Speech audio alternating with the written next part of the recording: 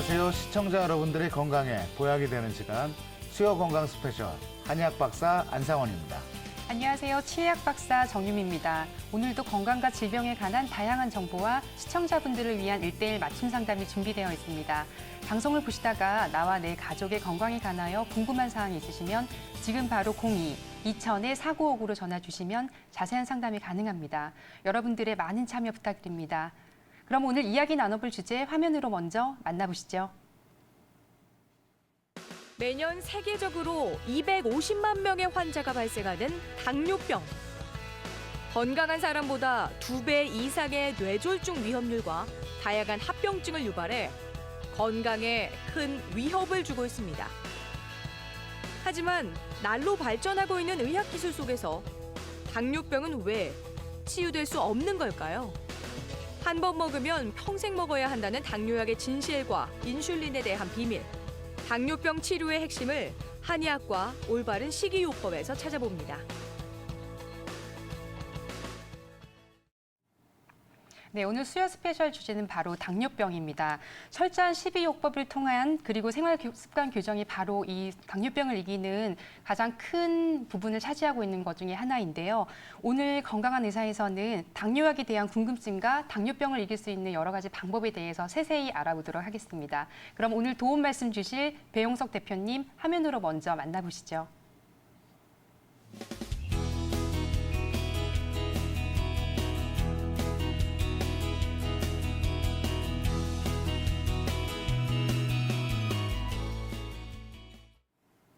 네, 배 대표님 안녕하세요. 안녕하세요. 네. 당뇨약은 한 번 먹으면 평생 먹어야 한다는 이런 얘기들을 많이 들어보긴 했어요. 네. 아무래도 치료 역할보다는 이러한 약으로 평생 혈당을 조절해야 된다는 이런 얘기일 수도 있긴 한데요. 아무래도 안 박사님께서 오늘 이 당뇨병에 대해서 하실 말씀이 아주 많다고 하더라고요. 네, 최근 당뇨 환자분들이 많이 급증을 하면서 이 양방 선생님들한테 처방받는 그런 그 혈당 조절 약들만 갖고는 이 증상이 잘 개선되지 않는 경우들이 많아서요. 한의원에 오셔서 당뇨를 치료하시는 분들도 많이 계십니다.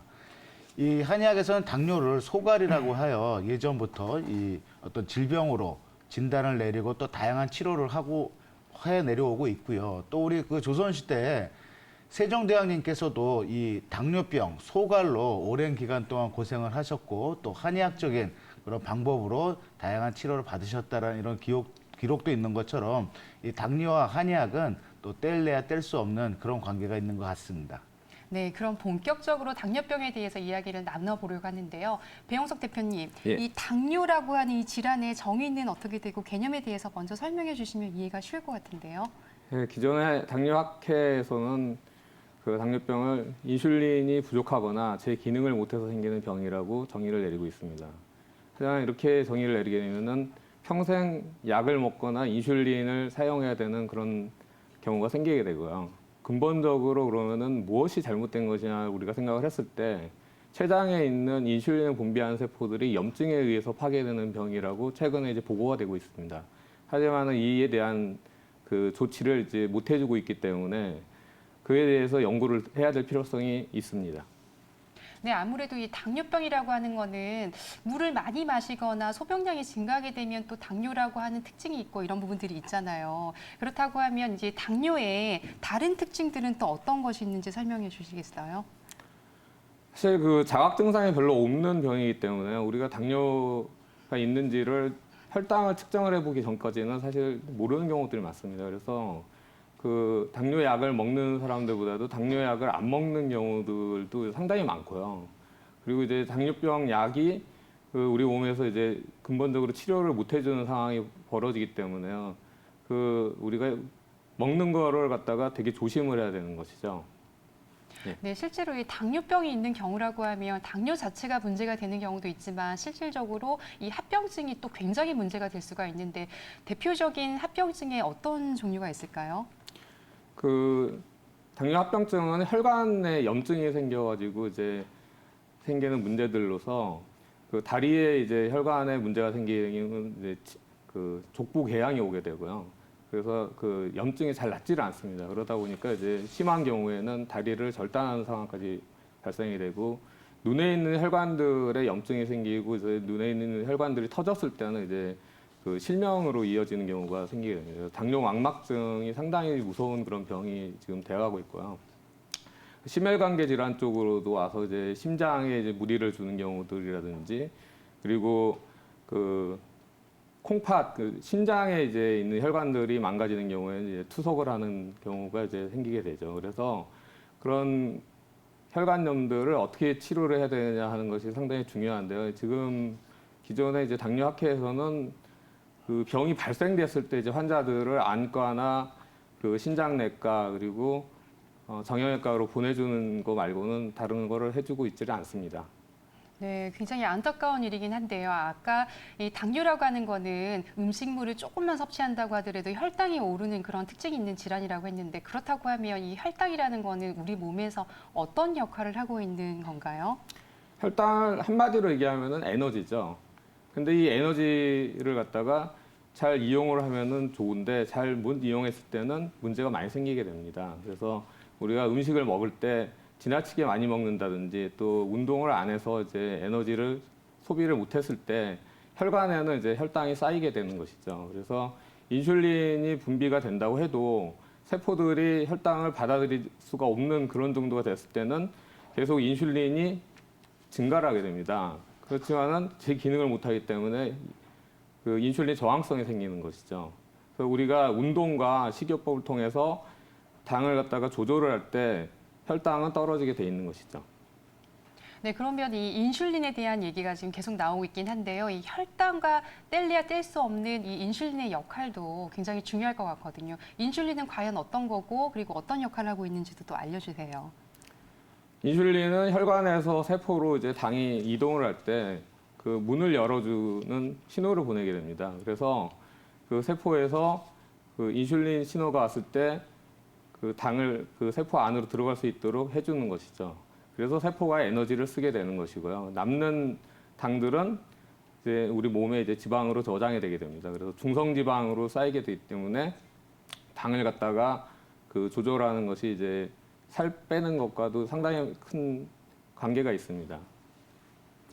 네, 그러면 이제 대체적인 당뇨병에 대해서는 이제 알아봤는데요. 안 박사님, 네. 한의학에서는 이 당뇨병에 대해서는 또 어떻게 얘기하고 있나요? 네, 한의학에서는 당뇨병을 소곡성기 가리다움이라는 표현을 해서 이 소갈이라고 지칭을 하고 있습니다. 이 소곡성기 가리다움에 대한 이야기를 살펴보면은 예전에 한 2000년 전에 그 저희 한의학 그 원전인 황제내경에서부터 이 소갈이라는 단어가 나타나고 있었습니다. 그래서 소라는 것은 이제 태운다라는 뜻이고요. 또 갈이라는 것은 이 입이 마르다, 갈증이 날다 그런 뜻이죠. 그래서 한의학에서 그 생각하는 당뇨병은 이 당뇨 자체가 소변에 이 당이 나온다, 그죠? 오줌 맛이 단정이다 이런 어떤 명칭도 있는 것 같이 이 소변으로 당이 나오는 그런 문제들뿐만 아니고요. 또 음식을 자주 먹고 또 쉽게 배가 고프고 이유 없이 체중이 줄어들고 또 소변을 자주 보면서 기력이나 면역력이 떨어지는 이런 여러 가지 증상들을 오래전부터 한의학에서는 이 소갈병 또 당뇨병으로 이렇게 인식을 해왔습니다. 그런데 이 한의학에서는요, 이 당뇨병 자체를 이 췌장이나 또는 인슐린 이 부분에만 원인을 갖다가 이 포커스를 맞추고 있는 것이 아니고 선천적인 소인이 있는지 없는지, 즉 체질적인 문제죠. 두 번째는 이 기름진 음식이나 이 과음, 이 술과도 관계가 있다라고 생각하고요. 또 세 번째는 이 분노라든지 우울이라든지 이런 정신적인 스트레스에 의해서도 소갈병 또는 당뇨병이 발생한다라고 보고 있습니다. 그래서 그런 어떤 여러 가지 이유들에 의해서 발생하는 이 당뇨병을 치료하는 데 있어서도 한의학에서는 변증시치라고 해서 각각의 어떤 원인에 따라서 그거에 맞는 치료 방법이나 치료 한약들을 쓰고 있는 거죠.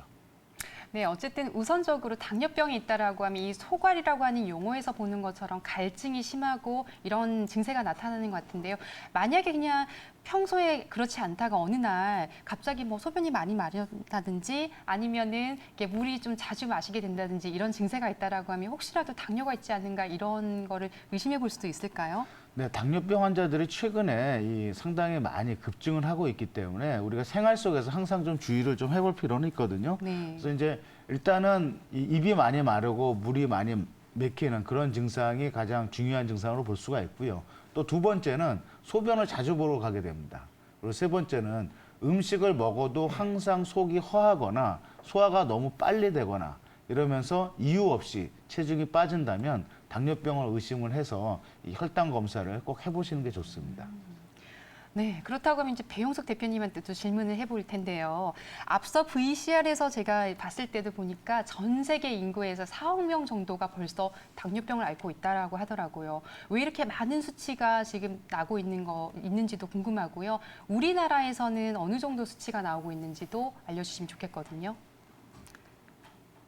예, 전 세계적으로 70년대 이후로 급증을 하게 됩니다. 근데 왜 옛날 조선시대 때도 그렇고, 우리가 50년대도 그렇고, 이 당뇨병이 전혀 없었던 건 아니에요. 이 한의학에서는 이제 소갈병이라고 했었죠. 근데 70년대 이후에 어느 정도로 급증하는지 얘기를 드리면은요, 전 세계적으로는 70년대 3천만 명 수준이었는데, 지금 40년이 지난 지금은 4억 2천만 명이 되었고요. 그리고 우리나라 70년대 초에는 당뇨병 약을 먹는 인구가 10만 명이 안 되었습니다. 근데 지금은 당뇨병 약을 먹는 분들이 심평 기준 300만 명에 이제 이르게 되었죠. 그러니까 무려 이제 우리나라에서는 70년대에 비해서 30배 가까이가 급증한 것입니다. 그래서 그러면은 당뇨병 약을 먹고 이렇게 운동이라든지 식이요법을 하는데도 왜 이렇게 증가를 했느냐 생각해 볼 필요가 있습니다.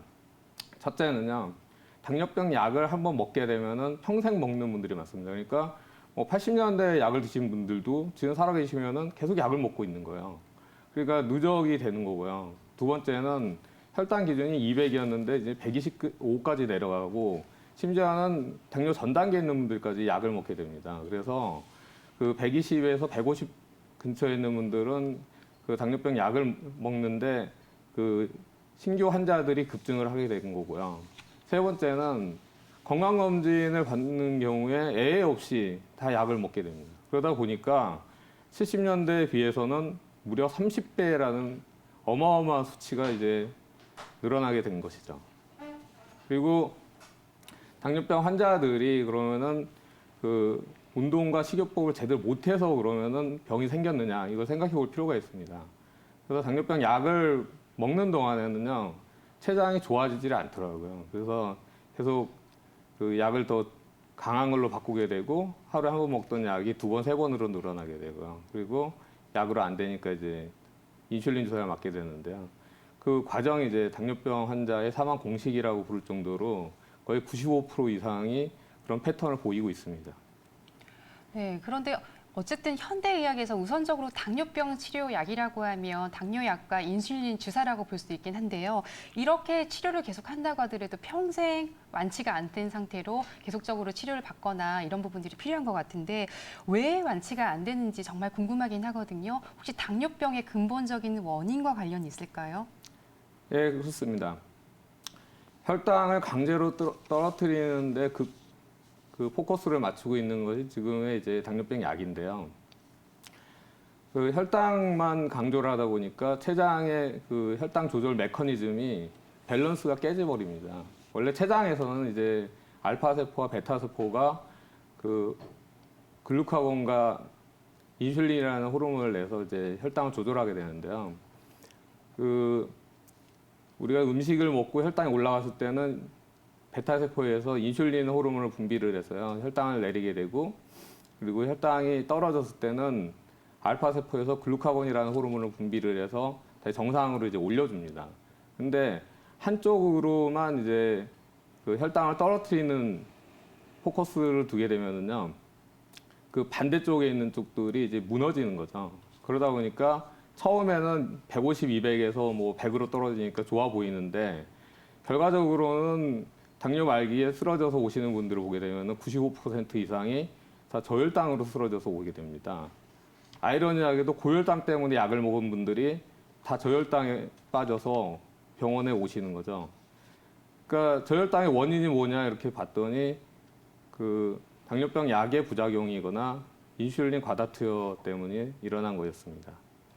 아, 그렇군요. 이러한 당뇨병 치료나 아니면 인슐린 주사가 실질적으로 필요한 우리 그 인슐린 분비하는 세포들의 이 문제를 막아주지는 못하고 있는 거군요. 그렇다고 하면 췌장에서 생기는 이 염증 세포가 왜 생기는 건가요? 그 태음인인 경우가 이제 거의 한 50에서 60%를 차지하는데 그 당뇨병 환자 비율을 보게 되면요, 태음인이 상당히 많은 거를 볼 수가 있습니다.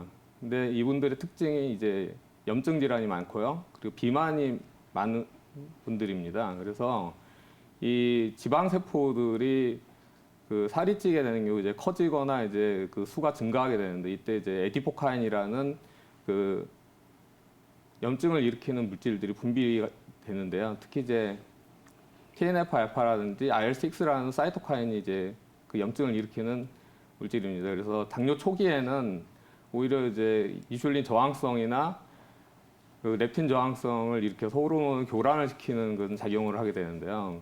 그래서 당뇨 초기에는 오히려 살이 찌게 되죠. 근데 당뇨 말기로 가게 되면은 그 인슐린 분비하는 세포들이 염증에 의해서 파괴되는 걸 우리가 볼 수가 있습니다. 그래서 그 당뇨 말기에는 이제 인슐린이 부족해지고, 그래서 그 마르는 그런 상황을 볼 수가 있습니다. 네, 지금 우리 배영숙 대표님 그 말씀을 좀 들어보면요, 이 당뇨병 약을 복용을 한다고 하더라도 당뇨가 치료가 되는 것이 아니고, 또 평생 복용을 하다 보면 점점 센 약을 복용을 할 수밖에 없고, 나중에는 인슐린 주사를 맞아야 되는 경우들도 있고, 또 그로 인해서 이 저혈당, 쇼크에 빠지는 이런 무서운 증상들도 나타난다라고 이렇게 말씀을 하고 계시는데요. 자, 그러면 이제 당뇨병에 대해서 좀 더 정확하게 알기 위해서 이 당뇨병의 가장 중요한 인슐린은 무엇인지, 또 인슐린을 분비하는 궤도는 어떤 것인지에 대해서도 좀 알고 싶은데요. 그러니까 췌장에 이제 랑그란스 아일릿이라고 이제 궤도라는 그런 그 세포 덩어리들이 있습니다. 이 세포 덩어리들에는 이제 그 알파 세포와 이제 베타 세포가 가장 큰 역할을 하는데요. 알파 세포에서는 이제 글루카곤을 분비를 해서 혈당을 갖다가 그 올려주는 역할을 하고요. 베타 세포에서는 그 인슐린을 분비를 해서 혈당을 갖다가 내려주는 역할을 합니다. 근데 이 궤도가 이제 정상인 같은 경우에는 100만 개 정도가 있는데요. 그 당뇨 전 단계인 분들은 그 절반 정도가 이제 망가지는 이제 50만 개 아래로 이제 내려가게 되고요. 그리고 당뇨 확정이 되는 분들 같은 경우는 70%가 망가져서 이제 한 30만 개 정도 수준으로 이제 떨어지게 됩니다. 그래서 이 궤도가 망가지는 것을 막고, 그리고 이제 그 궤도를 회복을 시키는 연구가 필요한 것이고요. 이 궤도들이 이제 망가지는 것을 미리 막아주는 그런 걸 통해서 예방을 할 수가 있는 것이죠. 하지만은 기존의 당뇨병 약은 이 궤도가 망가지는 것을 막아주는 약이 아니고, 오히려 강제로 혈당을 떨어뜨리다 보니까 롤러코스터 현상을 만들게 되고, 더 부담을 줘서 궤도가 더 망가지는 그런 걸 볼 수가 있습니다. 네, 대부분의 성인 당뇨라고 하면은 뭐 비만이신 분들이 많다고는 하던데 당뇨의 유형이 사실 한 가지는 아니잖아요. 이 당뇨병의 유형에 대해서도 알려주시면 좋겠네요. 당뇨병에는 이제 크게 두 가지로 이제 분류를 할 수가 있는데요. 그 소아당뇨라고 말하기도 하는 이제 타입 1이 있고요. 그다음에 그 성인 당뇨라고 말하는 이제 타입 2가 있습니다. 이제 타입 2인 경우에는 주로 이제 그 비만하고 관계가 된 경우들이 많고요. 당뇨 환자의 85%는 비만에서 직접적으로 이제 오게 됩니다. 그래서 인슐린을 분비하는 세포들이 염증에 의해서 파괴돼서 그 당뇨에서 이제 비만에서 이제 당뇨로 이어지는 것이죠. 그리고 일정 오형이 10에서 한 13% 정도 되고요. 그리고 소아당뇨 타입 1은 실제로 1에서 2% 정도가 되게 됩니다. 네, 실제로 이렇게 인슐린 부분에 문제가 생기거나 췌장에 문제가 생겼다고 하면 어떻게 보면 인슐린 주사가 어쩔 수 없는 선택의 문제라고 생각할 수가 있긴 한데요. 혹시 인슐린 주사에 대해서는 어떻게 생각하시는지요? 인슐린 주사가 과연 좋은 역할만 하고 있느냐 했을 때 그 장단점이 있습니다. 그 인슐린은 이제 오토 엔티젠, 자가 항원이라고 해서 자가 면역 질환의 원인이 될 수가 있고요. 소아당뇨병은 이제 자가 면역 질환으로 분류가 되거든요. 그래서 그 인슐린이 분비가 안 되기 때문에 인슐린을 맞지만은 사실 인슐린이 오히려 더 그 병을 갖다가 악화시킬 수 있다는 그런 보고들이 나오고 있습니다. 그리고 성인 당뇨 같은 경우에도 그 인슐린이나 인슐린 그로스 팩터들이 그 염증을 일으키는 그 세포들에 영향을 끼쳐서 그 염증이 더 악화되는 거를 갖다가 보고가 될 수가 있고요. 그리고 심지어는 인슐린이 이제 췌장이라든지 그 다른 그 염증에 이제 그 영향을 미쳐서 이제 췌장암이라든지 다른 암으로 발전되는 경우까지도 이제 보고가 되고 있습니다. 그래서 인슐린 주사가 과연 그 혈당을 떨어뜨리는 그런 좋은 역할만 하는 게 아니라는 거를 좀 알고서 사용하면 좋겠습니다. 네, 실제로 이 당뇨병에는 성인형 당뇨라고 해서 제2형 당뇨병이 있고 그리고 어릴 때부터 문제가 생겨 있는 제1형 당뇨 또는 소아형 당뇨라고 하는 것으로 나눌 수가 있는데요. 우선 이렇게 나누는 거 외에 한의학에서 또 나누는 기준이 있다고 하더라고요. 어떻게 나누고 있나요? 네, 한의학에서는 뭐 1형 당뇨나 2형 당뇨 이런 개념보다는 이제 상소, 중소, 하소의 개념으로 이 당뇨병을 크게 세 가지로 구분을 하고 있습니다. 그래서 상소라는 것은 이 상체에 있는 장부 중에 이 심장과 폐에 열이 생기고 또 열이 쌓임으로써 발생하는 그 물이 갈증이 나고 물을 자꾸 이 마시는 그런 증상을 대표적인 이 상소증이라고 구분을 하고 있고요. 그다음에 두 번째, 이 중소증이라는 게 있습니다. 중소증은 뭐냐면 췌장의 기능이 떨어지면서 이 비장과 위장에 열이 발생하면 어떤 음식이든 간에 뭘 먹으면 소화가 빨리 되고 쉽게 배고픈 이런 증상들을 발생하는 것을 이 중소증이라고 합니다. 그래서 이런 중소증이 있을 때는 위장의 열을 꺼주는 그런 약들을 처방을 하기도 합니다. 마지막으로 하소증이라고 구분하는 그런 증상들이 있는데요. 이 하소증은 인체 이 아랫부분의 장기들 중에 이 간장과 신장의 기능이 저하가 됨으로써 소변을 자주 보는 이런 증상을 하소증이라고 합니다. 그래서 한의학에서는 이렇게 당뇨병을 크게 세 가지로 구분을 해서 당뇨 환자분들이 당뇨가 있긴 있대 어떤 장부에 문제가 있고 또 어떤 증상으로 힘들어 하시는지를 정확하게 판단해서 그거에 알맞는 한약들을 처방을 하고 있습니다. 그렇다면 이런 당뇨병에 따른 이제 분류에 따라서 또 실제로 치료도 달라질 수가 있고 증세가 그렇죠. 확연하게 차이가 날 수가 있겠네요. 근데 이제 제가 궁금한 거는 우선 비만이 심하신 분들이 당뇨가 잘 걸린다고 알고 있는데 혹시 한의학에서는 어떤 질환이든지 사실 체질적으로 또 구분을 해서 치료를 하고 이런 부분들이 있는데 이 당뇨가 또 잘 걸리는 체질이 있을까요? 네, 그 국가연구기관인 한국한의학연구원에서 최근 이 당뇨와 관련된 연구를 발표한 게 있습니다. 그 연구 발표를 보면 이 한의학연구원의 그 김종렬 박사 팀과 또 아주대 의대의 조남한 교수님 팀이 한 10년 정도 이 당뇨 발병률을 이 체질별로 이렇게 체크를 해본 결과 결론적으로 태음인 체질을 갖고 있는 분들이 가장 당뇨병에 많이 걸린다라는 그런 연구 결과를 내놨습니다. 예를 들면 태음인 중에서는 한 12% 정도가 당뇨병이 발생하는 걸로 볼 수 있고요. 또 소양인 중에서는 약 8%가 당뇨병에 발생하고 소음인 체질에서는 약 7%의 이 당뇨병 환자분들이 발생을 하기 때문에 결론적으로 보면은 다른 체질에 비해서 태음인 체질들이 약 한 50에서 80%까지 당뇨병이 많이 발병한다라고 볼 수 있고요. 이 한의학에서는 태음인 체질들은 뭔가 이 먹는 음식물들은 몸 안에 영양분이 자꾸 쌓이고 이 배설이나 배출이 잘 안 되기 때문에 비만형으로 가는 그런 그 대표적인 체질이고 우리 배영석 대표님께서도 이 비만이 염증을 일으키고 그 염증에 의해서 췌장의 세포가 파괴되면서 당뇨병이 발생한다라고 말씀하신 것처럼 이 태음인 체질의 비만이 아마도 당뇨병을 발병시키는 가장 중요한 요인이 아닐까 이렇게 생각이 되기 때문에요. 우리 시청자분들도 현재 지금 비만이라면 또는 가까운 한의원에서 태음인 체질로 진단을 받으셨다면 당뇨에 있어서는 상당히 정밀하게 체크와 검진을 받으시는 게 좋을 것 같습니다. 네, 실제로 이런 얘기만 듣는다고 하더라도 아무래도 체질 개선과 그리고 식이요법, 생활 습관 이런 개선들이 굉장히 중요할 거로 예상이 되긴 하는데요. 어쨌든 저희는 잠시 후에 다시 돌아와서 이 부분에 대해서 얘기 나누도록 하겠습니다. 품격 있는 투자 파트너 MBN 골드, 매일경제TV 증권 매니저 MBN 골드, MBN 골드 매니저는 정직합니다. MBN 골드 매니저는 정확합니다. MBN 골드 매니저의 자존심. 투자자문의 5대 원칙. 마이너스 5%의 손절매 준수와 균형적인 포트 운영. 안정된 익절매 밴드로 믿을 수 있는 투자를 지향합니다. 경제를 읽는 빠른 눈, 투자의 맥을 짚는 바른 눈. 매일경제TV MBN 골드 증권 매니저가 정답입니다. 지금 바로 MBN 골드에 접속하세요.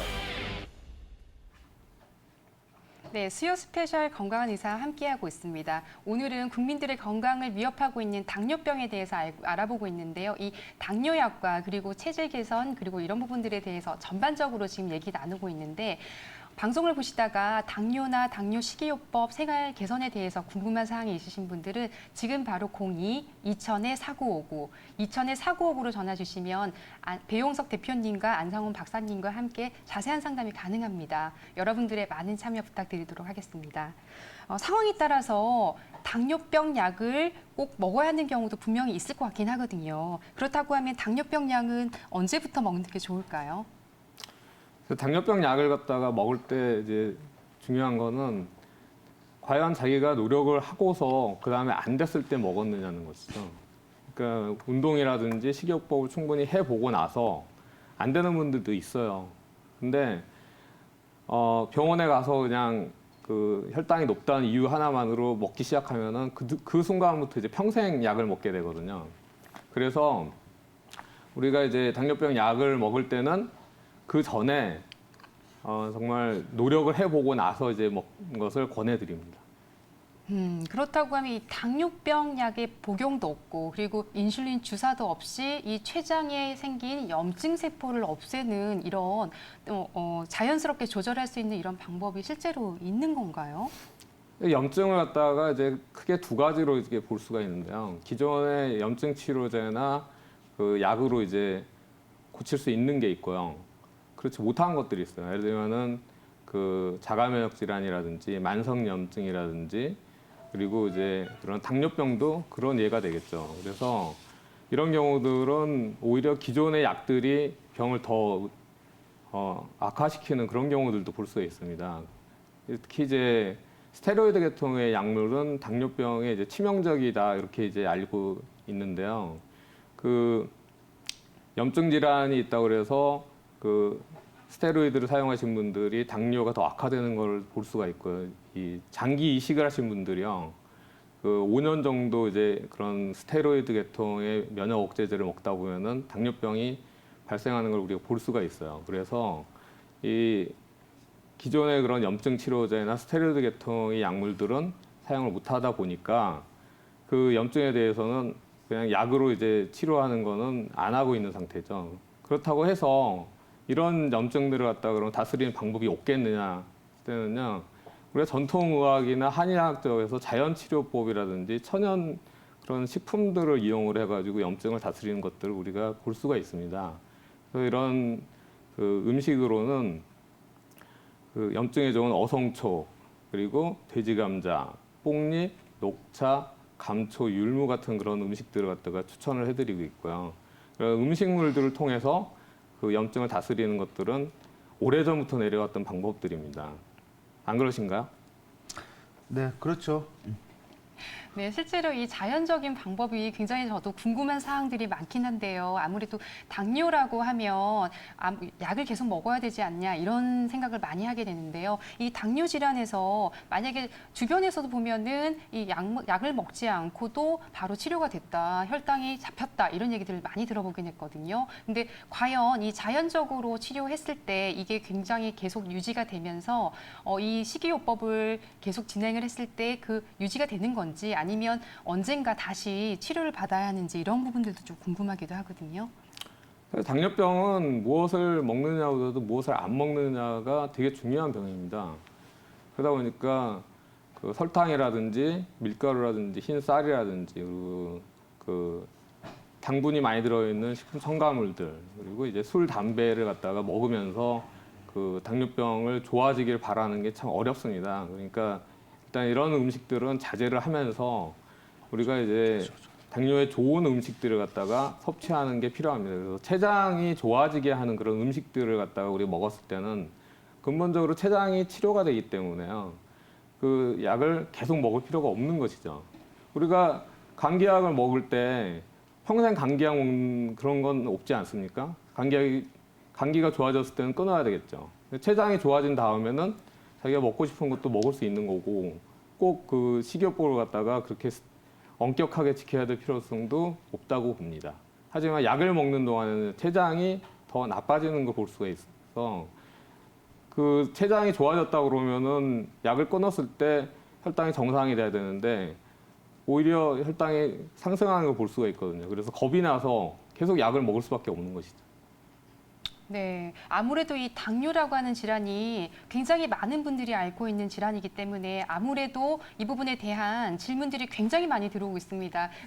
우선적으로 지금 한 분과 전화 상담 연결이 됐다라고 하니까요. 먼저 상담부터 진행하도록 하겠습니다. 네, 안녕하세요. 시청자님 전화 연결됐습니다. 네네. 네, 안녕하세요. 어떤 것 때문에 궁금하셔서 전화 주셨나요? 저는요, 당뇨가 있은 지가 10년 가까이 됐거든요. 네. 그런데, 몸이 몹시 피곤하고, 제가 그렇습니다. 네, 네. 그렇다고 하면 우선은 먼저 안상원 박사님과 함께 오늘 당뇨에 대한 궁금증을 하나하나 낱낱이 해소하시길 바라겠습니다. 예. 네, 시청자님 안녕하세요. 예. 네, 지금 연세가 어떻게 되셨습니까? 만으로 75세예요. 아, 75세시고요. 지금 당뇨 약을 드시는 거지 뭐 인슐린 주사를 따로 맞고 그러지는 않으시죠? 주사는 전혀 없고, 네네. 약을 먹고 있습니다. 아, 병원에서. 당뇨약 드시고요. 예, 예. 그 평상시에 식이요법이나 운동은 어떠세요? 좀 잘 지키시는 운동은- 편이세요? 운동은 하루에 한 30분 내지 1시간 정도 하고 있습니다. 네. 지금 키하고 몸무게는 대략 어떻게 되십니까? 키는 160이고요. 네네. 몸무게는 55입니다. 55kg. 근데 예. 몸무게가 68에서 네네네. 많이 약해졌어요. 예, 예, 예. 자, 시청자님 제가 말씀을 좀 드리겠습니다. 이게 당뇨는 원래 이제 소모성 질환이라고 해서 이 세포 안에 있는 그 에너지원이, 혈관 안에 있는 혈당이 에너지원으로 변해서 세포로 잘 공급이 잘 안 되기 때문에 대부분의 당뇨 환자분들이 많이 좀 피곤해하시고 힘들어하시는 경우들이 많거든요. 근데 지금 네. 우리 어머님 같은 경우에는 하루에 한 30분씩 꾸준히 이제 운동을 하시는다고 하니까 그거는 굉장히 좋은 습관이고요. 예, 그 체중이 과거에 비해서 좀 많이 줄으셨잖아요. 예, 예. 근데 이제 체중이 줄긴 줄때 이게 지방이 줄면은 건강하게 주는 거고요. 근육이 줄어들면 근력이 떨어지면서 피로나 이 무기력증이 오는 경우들이 많이 있거든요. 예, 그래서 제가 봤을 때는 그 우리 뭐 배영석 대표님도 늘 말씀하시는 게 이제 당뇨 환자분들은 가장 중요한 게 식이요법입니다. 그죠? 그러니까 뭐 네. 이 밀가루 음식이라든지 뭐 설탕이라든지 단 음식들 이런 거 당뇨를 나쁘게 할 수 있는 음식들은 가능하면 좀 피하셔야 되고요. 예. 지금 저희 어머니 같은 경우에 하루에 30분씩 걷는 운동을 열심히 하고 계시기 때문에 예. 자, 그런 운동을 꾸준히 하시면서 제가 봐서는 고단백 음식, 그죠? 네. 두부, 계란, 생선, 고기. 이 단백질은 몸에 들어가면 근육으로 변하기 때문에 근력을 강화시켜주는데 굉장히 좋은 음식들입니다. 네. 이런 고단백 음식을 드시면서 운동을 하시고요. 네. 그래도 만약에 기력이 나지 않고 늘 피곤하고 힘드시면 그런 에너지를 보충시켜주는 뭐 한의학에서 한약도 있고 또 약침도 있고 요새는 네. 또 이 당뇨 증상을 개선하기 위해서 이제 봉침 치료를 하는 경우들도 있기 때문에 그런 것들을 이 예. 양의학적인 치료 받으시면서 운동하시고 식이요법 하면서 또 한의학적인 치료를 같이 좀 받으셔야 이 예, 예. 당뇨 조절도 잘 되시고 또 기력도 많이 좋아질 수 찾아가려고 있습니다. 그러는데. 예, 100개 찾아가려고 그러거든요. 네, 그거는 저희가 방송 후에 다시 전화드리도록 하겠습니다. 아, 예, 예. 네. 그리고 네. 잠자면서 다리 걷는 데가 아파요. 아무래도 이제 그 혈당이 높게 되면은 말초신경염이라고 해서 예. 이 수종, 말단까지 혈액순환에 문제가 생길 수밖에 없습니다. 그래서 그것도 사실은 당뇨와 관련지어서 나타나는 증상으로 볼 수가 있고 이 혈당 조절을 잘 하게 되면 지금 말씀하신 그런 증상도 같이 좋아질 수가 있습니다. 예. 네, 어머님 오늘 질문과 상담 통해서 많이 해결이 됐었으면 좋겠고요. 그리고 네. 앞으로도 방송 보시면 치료에 대한 여러 가지 얘기들이 나옵니다. 그리고 식이요법과 생활 개선에 대한 얘기도 나오니까요. 특히 당뇨 같은 경우에는 아무래도 이 뭐 체질적인 개선과 그리고 체력이 보강이 되셔야 혈당이 떨어지는 증세에 대해서 또 이걸 또 해결할 수 있는 부분들이 생기기 때문에 오늘 방송 보시면서 많은 도움이 되셨으면 좋겠습니다.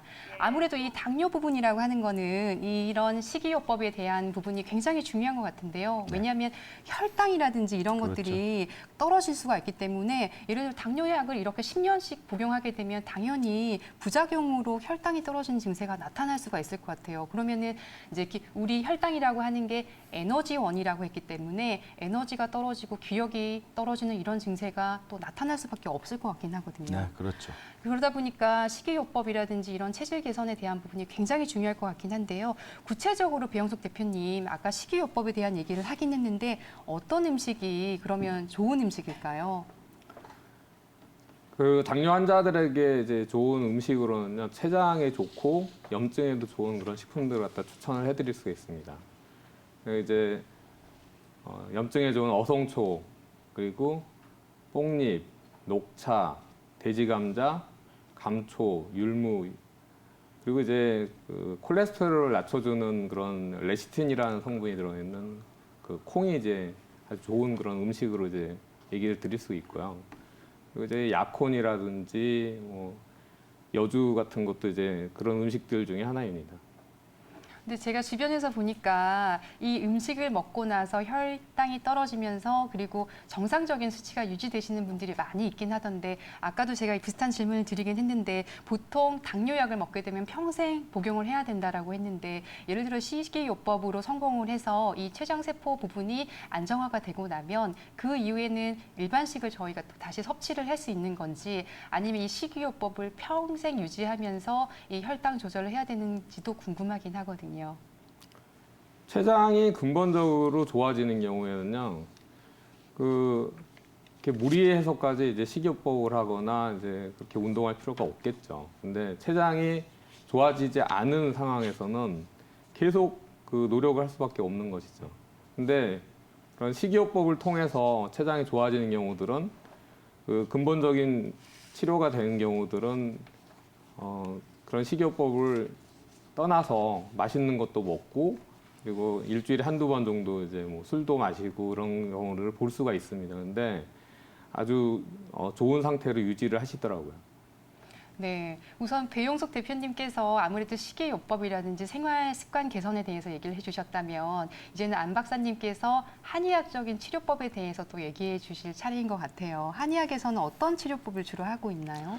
네, 한의학에서는 그 당뇨병을 사실은 이 췌장이나 췌도 또는 인슐린 요 부분에만 이제 집중적으로 보는 것이 아니고 전체적인 어떤 이 오장육부의 이 언밸런스 또는 이 음양오행의 어떤 이 깨짐 이런 것들을 이제 관찰하면서 환자들을 치료를 하고 있습니다. 그래서 결국은 이 한의학에서 보는 당뇨는 이제 췌장의 기능 저하와 또 플러스 이 간장, 심장, 비위장 또는 신장 이런 그 오장육부의 불균형을 이 원인으로 보고 있기 때문에 그거에 맞는 다양한 치료 방법들을 시행을 하고 있습니다. 그래서 대표적으로 이제 가까운 한의원에 가서 당뇨 때문에 치료를 받게 되시면 첫 번째는 이제 침 치료를 받게 됐습니다. 그래서 어떤 체질 침이라든지 뭐 사암 침이라든지 오행 침이라든지 이제 가벼운 증상들은 침 치료를 통해서 당뇨의 증상들을 많이 좀 개선을 시키실 수가 있고요. 두 번째는 이제 한약을 처방을 받게 돼 있습니다. 그래서 그 한약은 아까 우리 배영석 대표님도 말씀하셨지만 이 몸에서 발생하는 염증을 가라앉혀 주면서 또 기능을 개선시켜주는 그런 한약들을 처방을 하게 돼 있고요. 또 세 번째는 이제 다양한 약침제제가 있습니다. 아까 우리 시청자분한테는 제가 말씀을 못 드렸지만 기력이 약하신 분들한테는 이제 선삼 약침을 놓는 경우도 있고요. 또 자거 약침이라든지 또는 황련 약침이라든지 다양한 한약제들을 약침을 이용해서 그 당뇨 환자분이 어떤 증상으로 내원을 하셨는지에 따라서 이 약침 치료를 하는 경우도 있고 마지막으로 최근에는 이 봉침, 벌에서 추출한 이 벌독 자체에 강력한 소염작용과 면역력을 증강시켜주는 작용이 있기 때문에 당뇨병 환자분들 또는 당뇨병으로 인한 합병증 치료에 이 봉침 치료를 많이 시행을 하고 있습니다. 그래서 당뇨병에 그 투여되는 한약을 잠깐 말씀드리면요. 이 청열요법이라고 그래서 당뇨의 원인 자체를 이 한약에서 보는 열로 보기 때문에 이 열을 꺼트려주는 한약들을 처방을 하는 경우가 있고요. 두 번째는 청혈요법입니다. 즉 피를 깨끗하게 만들어주는 거죠. 그래서 당귀라든지 삼칠근, 목단피 같은 한약재들을 처방을 합니다. 또 세 번째는 이제 익기요법. 이 세 번째 요법이 좀 전에 우리 시청자분과 같이 당뇨로 인해서 기력이 떨어질 때 사용하는 그런 어떤 이 처방이라고 볼 수가 있는데요. 대표적으로 뭐 홍삼이나 또는 자하고, 황기 같은 한약들을 사용을 하게 돼 있죠. 또 마지막으로 이제 익진요법이라고 그래서 당뇨병 환자분들이 자꾸 마르면서 몸 안에 진액들이 고갈되기 때문에 그런 진액을 보충시켜주기 위한 뭐 천하분이나 구기자, 황정 같은 이런 약재들을 환자의 증상과 체질에 맞춰서 한의원에서 처방을 하고 있습니다. 네, 실제로 저도 치과에서 진료를 하다 보면 이 당뇨가 있으신 분들은 잇몸 질환도 잘 낫지가 않고 임플란트 수술을 하고 나서도 잘 고정이 되지 않는 그런 증세가 있기 때문에 이 당뇨로 인한 합병증이 굉장히 문제인 것 같습니다. 그렇다고 하면 저도 이제 치료를 하기 전에 당뇨가 있으신 분이라고 하면 우선적으로 치료를 받고 오시거나 식이요법을 시행하고 나서 이제 어느 정도의 혈당이 유지되고 나서 이제 시술을 진행하는 경우가 많은데요. 이렇게 시술을 저희가 당뇨 질환을 치료를 할 때 한약 치료가 과연 효과가 있을까라고 의문을 갖는 분들도 있을 것 같긴 해요. 한약 치료는 어떤 효과가 있는 건가요? 네, 최근에는 그 암과 같은 그런 질환들을 치료할 때 이 서양의학적인 치료 방법만 가지고는 이제 한계가 있기 때문에 이 양한방, 협진을 하는 경우들이 굉장히 많습니다. 그래서 우리 시청자분들도 아시겠지만 미국의 유명한 대학병원에서는 암 환자들을 우리 그 현대의학과 또 동양의학, 한의학을 같이 접목을 시켜서 이런 병행 치료를 하는 경우들이 많이 있는데요. 이 당뇨병도 마찬가지입니다. 우리 배원석 대표님께서 말씀하신 것처럼 자, 당뇨약을 먹는다고 해서 당뇨가 낫는 게 아니죠. 당뇨약을 언제까지 먹죠? 평생 먹어야 됩니다. 그렇다면 당뇨약을 빨리 먹으면 조기 진단을 해서 빨리 먹으면 더 좋느냐? 그렇지 않을 수도 있죠. 왜? 당뇨약을 먹는 기간만 더 늘어나는 걸로 볼 수가 있습니다. 그래서 최근에 이 한의학적인 치료를 통해서 이형 당뇨병인 같은 경우에는요, 이 혈당을 내려뜨리고요, 또 당뇨로 인해서 발생하는 증상들을 개선을 시켜주고, 또 당뇨 합병증을 예방하는 효과들도 있으며, 초기 당뇨인 경우에는 식이요법과 운동과 한약을 통해서 당뇨를 완치를 시킬 수도 있고, 또 당뇨약을 끊을 수도 있기 때문에 이 한의학적인 당뇨 치료를 받으시면서 식이요법과 운동을 같이 하시는 게 상당히 효과적이라고 말씀을 드릴 수 있고요. 또 드물게 일형 당뇨병 같은 경우에는 췌장 기능이 거의 많이 저하가 되어 있는 상태이기 때문에 이런 경우에는 한의학적인 치료를 같이 받았을 때 인슐린 사용량을 줄일 수도 있고 또 주사 빈도를 낮출 수 있는 이런 장점들이 있습니다. 네, 실제로 그러면은 이미 양약을 복용하고 있는 경우에도 한약을 먹어도 효과가 있겠네요. 네. 그 많은 이 환자분들이 한의원에서 이제 이런 질문들을 하십니다. 양약을 복용하고 있는데 한약을 같이 복용해도 됩니까, 원장님? 이런 질문들을 많이 하는데요. 예를 들면 이제 저 같은 경우에는 감기에 걸렸을 때 빨리 나아서 환자들을 진료를 해야 되기 때문에 우리 정 박사님도 마찬가지잖아요. 그죠? 그래서 저 같은 경우에는 한약도 복용을 하고 또 옆에 있는 내과에서 양약도 복용하고 필요하면 주사도 맞아서 어떻게 해서든지 이 자기가 갖고 있는 질병을 가장 효과적으로 빨리 낫게 하는 게 중요한 거지 이게 뭐 양방이냐 한방이냐 그게 중요한 그런 개념은 아니라고 생각이 들고요. 물론 그 굉장히 심한 당뇨병을 갖고 계신 분들은 이 당뇨약이나 인슐린 주사를 함부로 끊으시면 안 됩니다. 하지만 현재 당뇨약을 복용을 하시고 당뇨 치료를 받고 있는다 하더라도 이 한방과 양방의 치료를 같이 병행을 하시게 되면 이 초기 당뇨인 경우에는요, 당뇨 복용 시기를 상당히 늦추실 수가 있고요. 또 두 번째, 이 혈당의 롤러코스터 현상을 좀 막을 수가 있습니다. 혈당의 롤러코스터 현상이란 건 뭐냐면 우리가 음식을 먹으면 혈당이 급속하게 올라갑니다. 그 다음에 당뇨약을 먹으면 혈당이 또 급속도로 떨어지고요. 또 식사를 하시면 혈당이 급속하게 올라가고 당뇨약을 드시면 급속하게 떨어지고 이런 혈당의 롤러코스터 현상이 결과적으로는 장기적으로 봤을 때 췌장의 정상 기능을 저하시킬 수 있고 또 망가지게 하는 요인으로 작용하기 때문에 이런 그 한양방 치료와 또 식이요법이 사실은 당뇨약을 드시는 것보다 훨씬 중요하다라고 말씀을 드리고 싶습니다. 또 당뇨약을 줄이거나 또 초기 당뇨인 경우에는 얼마든지 당뇨약을 끊으실 수도 있고요. 전반적인 당뇨 증상을 개선할 수 있고 또 우리 당뇨를 갖고 계신 분들이 가장 무서워하는 당뇨 합병증, 그죠? 뭐 뇌졸중이라든지 말초신경염 같은 이런 당뇨 합병증을 예방하는 데 있어서 한양방 병행 치료가 또는 한의학적인 치료가 상당히 중요하기 때문에 너무 이렇게 나누시지 마시고 본인한테 도움이 되고 필요한 치료는 적극적으로 받으시는 게 좋습니다. 네, 아까 봉침에 대해서도 얘기를 하긴 했는데요. 봉침은 이 당뇨에 어떤 작용을 하는지 효과는 어떻게 되는 건가요? 네, 봉독이 한의학에서 이제 수천 년 전부터 이 염증 치료를 위해서 이제 사용을 해 왔는데요. 사실은 최근에 이 당뇨의 원인 자체가 이 인슐린의 문제라기보다는 우리 배영석 대표님께서 말씀하셨죠. 염증에 의해서 췌장의 세포들 또는 췌도가 파괴되기 때문에 당뇨병이 발생한다라는 어떤 인식들이 지금 바뀌고 있습니다. 세계적으로. 자, 그렇다면 염증을 효과적으로 치료를 해야 되는데 이 봉독 약침 또는 벌독 자체가 강력한 소염작용을 가지고 있으면서 이 플러스 면역력을 증강시켜주는 효과가 같이 있기 때문에 봉침 치료를 적극적으로 받으시는 것도 당뇨병을 치료하고 효과적으로 관리하는 데 도움이 될 수 있습니다. 그래서 저희가 이 당뇨병 환자분들한테 이 봉침 치료를 놓는데 이렇게 아무 데나 놓는 건 절대 아니고요. 이 당뇨병의 가장 중요한 게 이제 족대양 방광경이라고 해서 이 등 부위에 여러 가지 혈자리가 있습니다. 예를 들면 신유나 간유나 비유라는 그런 등 부분의 혈자리에다가 이 봉독 약침을 놓기도 하고요. 또 이 비장, 복부의 염증을 개선시켜주기 위해서 이 천추라든지 양문이라든지 또는 중환이나 기회 같은 곳에 침치료 또는 봉침치료를 시행을 하고 있죠. 또 말초신경염 같은 환자분들은 이제 용천이나 노공혈에다가 이 봉침을 놓음으로써 당뇨의 가장 중요한 원인, 췌장의 염증을 치료해 주면서 면역력을 증가시키고 있는 것입니다.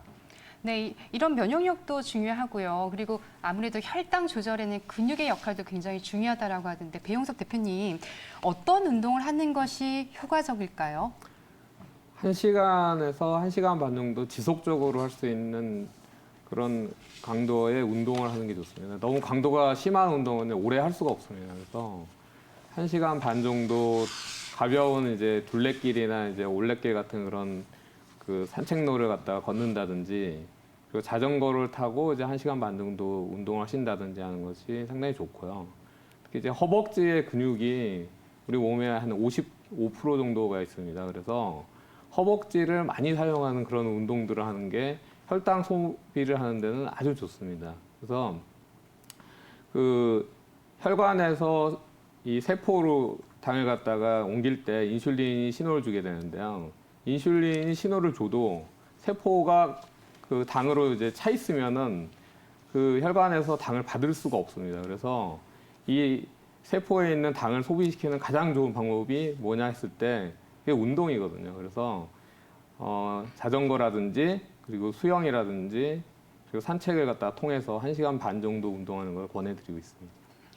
네, 마지막으로 당뇨병으로 고생하고 있으신 분들을 위해서 안 박사님께서 한 말씀, 희망의 메시지 좀 전해주셨으면 좋겠거든요. 네, 오늘 주제가 당뇨병인데요. 당뇨약을 드신다고 해서 당뇨가 낫는 건 아닙니다. 당뇨약을 드시면 대부분의 경우에 평생 드시고요. 점점 더 당뇨약을 많이 드셔야 되고요. 또 나중에는 인슐린 주사를 맞는 경우들도 있으며 당뇨약 자체가 당뇨 합병증을 예방하기도 힘든 겁니다. 그러니까 결국은 식이요법과 운동을 통해서 혈당을 조절하셔야지 이 당뇨약을 드신다고 너무 약을 믿고 약을 의존하시는 것은 상당히 위험하다 이런 말씀을 꼭 드리고 싶습니다.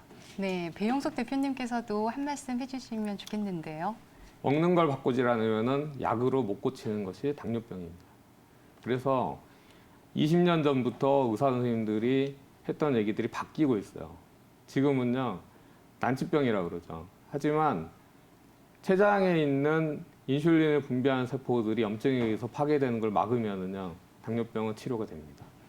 네, 당뇨라고 하면 아무래도 평생 약을 먹어야 되는 게 아닌가 하고 생각하시는 분들이 많은데요. 오늘 방송을 통해서 이 당뇨라고 하는 게 당뇨 자체보다도 이 합병증이 워낙에 무서운 질환이기 때문에 많이들 걱정하는 것들을 알 수가 있긴 한데요. 우선 이 당뇨 질환은 다행히도 이 식이요법이라든지 생활습관 개선 그리고 한의학 치료로도 많은 도움이 된다는 점을 명심하셨으면 좋겠고요. 그리고 오늘은 저희가 방송이 끝난 이후라고 하더라도 계속해서 건강과 관련한 여러 가지 상담을 받고 있으니까요. 방송 이후라고 하더라도 02-2000-4959로 계속 전화 주셨으면 좋겠습니다. 저희는 여기서 인사드리도록 하겠습니다. 시청해주신 여러분 고맙습니다.